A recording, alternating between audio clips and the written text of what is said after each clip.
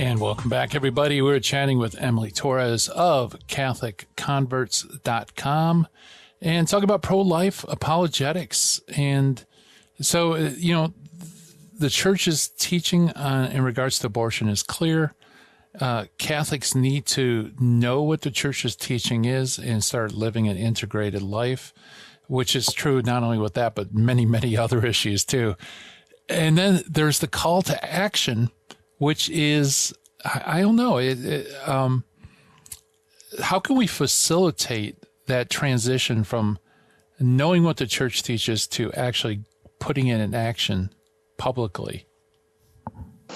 Yeah, I think that's the biggest question we have here. And if only there was a simple solution. But I think, like we discussed before the break, it starts kind of locally, in my opinion.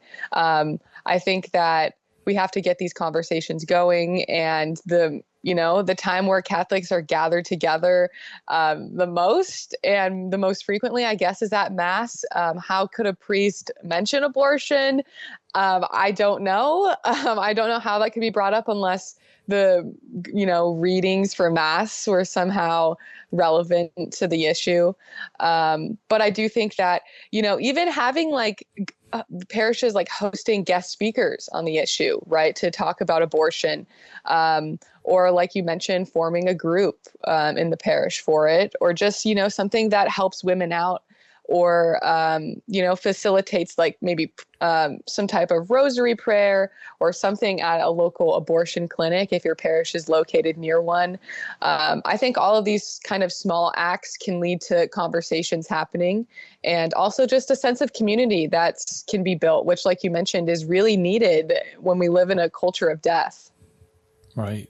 Yeah. Also, with my parish, we support mother and unborn baby care, which is, an outreach for mothers who would consider abortion to give them an alternative. So we donate, money, food, diapers, whatever to help mothers that are in distress. Right. And I think that's a great, non-confrontational way to assert a pro-life stance, is simply to help care for women who do not abort their children, but nevertheless find themselves in difficult situations. Exactly. We all have, different gifts and strengths. And so for some people, they could not even fathom the idea of going out in public and talking to people about abortion. And that's okay. I mean, not everybody is called to do something like that. But like you mentioned, they could be called to do something like that, supporting mothers in their time, with their finances. There's a lot of different ways that people can get involved in the pro-life movement, and they don't necessitate you having to go out publicly with a microphone or something and announce to the whole world that you are against abortion. So, right. Yeah. And there's parish life chains. I don't know if they have them in your area, where they hand out signs. You stand outside the church, with a pro-life message, some busy freeways and, whatever. I here in Michigan, that's a big thing too, life chain. And you don't have to say anything. You just stand there and hold a sign for a half hour or an hour. Exactly. Yeah. So it could be something as simple as that. All of us can find ways to get involved, or even praying the rosary every day and offering that for unborn children and their protection, and for mothers considering abortion. The rosary is very powerful, and Our Lady, our life, our sweetness, our hope, she is going to be the one that helps end abortion. And so keeping that devotion to her, I think that's going to cause abortion to be outlawed, and I have hope for that. So, yeah, I'm glad you brought that up, because that's something that's often missed, is that there's a whole spiritual dimension, to this battle. It's not just flesh and blood, but, and we need prayer warriors to back people up who are willing to go out into the fray and, protest abortion clinics and things like that. We can, at the very least, we should support them by storming heaven in prayer. Yeah. Yeah. Amen to that. We really do. And I agree. I think the spiritual dimension is lost a lot. I think when we consider, I guess the mind of Satan and demons and like what they would want to do and what their efforts would be, it makes sense they would place their efforts on the most innocent, people that exist in this world, which are unborn children. And they need our protection more than anything. So, yeah, I think there's a huge spiritual dimension to this. There's a huge reason why, life in itself is being attacked right now, and Christ being, our life, our light. That's what's, specifically being attacked when abortion is kind of the circumstance happening. So anyway, yeah, I think we need that reminder constantly. I know I need that. Yeah. Yeah. And especially, another thing too, that, is indirect to the pro-life movement, but very important is, correct understanding of marriage and family life, to build a culture where, that you have children within the family, a mother and a father who are married, and it's stable and it's ordered towards the procreation of children. Because in the culture today, there's none of that, it's, and that just feeds the abortion, clinic, because it's just, a fact of life that you shack up with somebody, you become pregnant, and then what are you going to do with the baby? Well, we have abortion. Where I think in families, I think that would, it still would be a threat or an option, but I think it'd be much more difficult if we reconstitute the family like it should be. Yeah, exactly. And this is, a huge conversation to be had because abortion is so tangential to so many other issues. And you're right, there's a deeper issue at hand, which is that people are fornicating. People are, having these relations with people that they don't even really know that well, people that, they don't want to be with forever or have a permanent connection with. And having a child with somebody is a permanent connection you're going to have with this individual. And people don't want that because they don't take sexual relations seriously anymore. And so we do need to have a stronger outlook on marriage and be encouraging marriage and encouraging, having these relations only inside marriage. And when we're not encouraging that, and when the culture has shifted away from that, abortion is just kind of the inevitable consequence, in my opinion. I talk with a lot of people who, get upset because they're like, Catholics, you guys are against abortion, but you guys are also against contraceptives. And so why, they think that this is some huge contradiction, if you want to prevent abortions, increase contraceptives. But the reality is that contraceptives don't actually decrease the number of abortions. In fact, they just give people this sort of false safety net to fall back on and think that, okay, I can have sex and use these contraceptives and avoid pregnancy, when in reality, it's not 100% effective.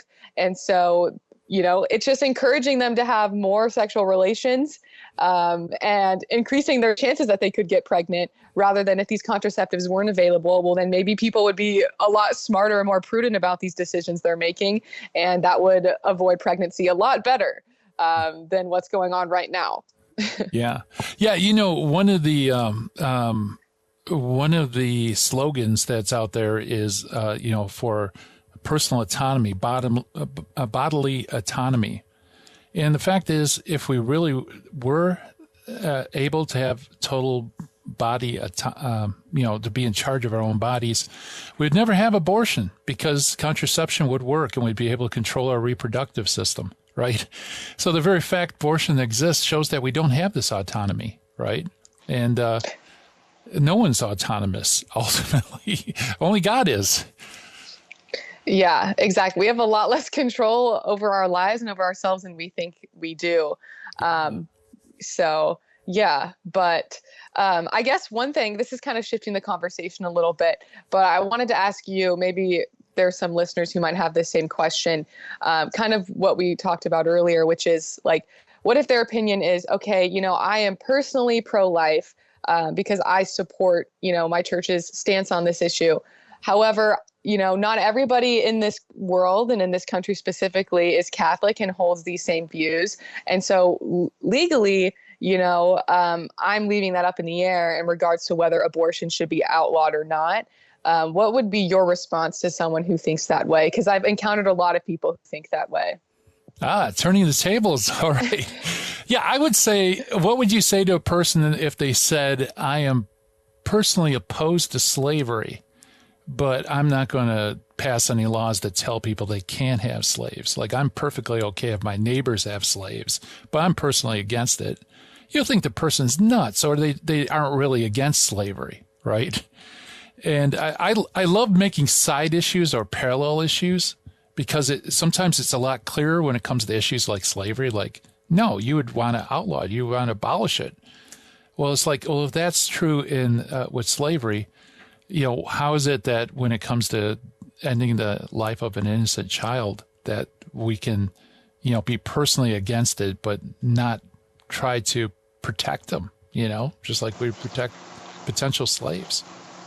No, exactly. Yeah, that's a great, I love drawing analogies too. I think the only downside I've encountered with that is that people have a very strong emotional reaction to when you compare abortion to slavery, which is, I sometimes understandable, but also they say, how dare you compare abortion to slavery? And in my mind, I'm thinking, yeah, abortion is way worse than slavery, because, you're ending the innocent life of someone, you're killing them, you're taking away all their rights, their right to life, not just their right to freedom. So abortion is worse, but, a lot of people just can't see it that way at all. They can't even compare the two in any capacity. And so when I do that, they will, just completely disregard any other sort of logic I have in that conversation, because they're so fixated that I said the word slavery in this conversation. Yeah, I mean, well, the analogy isn't with abortion per se, but it's with personally being against something that's gravely immoral, and yet not wanting to publicly prevent it from happening, right? So, yeah, I can see where, there would be lots of fireworks and people would try to get angry. But personally, I think that's kind of a red herring, right? They're trying, or a straw man. They're misunderstanding the analogy. Anyway, Emily, thank you so much for coming on the show. I see that we had some problems with the connection, and of course with me choking on a pumpkin seed. But nevertheless, thanks for coming on. By the way, her website is catholic-converts.com. And coming up next, High Impact Catholic Talk coming at you with the Terry and Jesse Show. Thank you so much for listening. And God willing, we'll be back again tomorrow. Do this thing we call Hands on Apologetics. Bye-bye, everyone.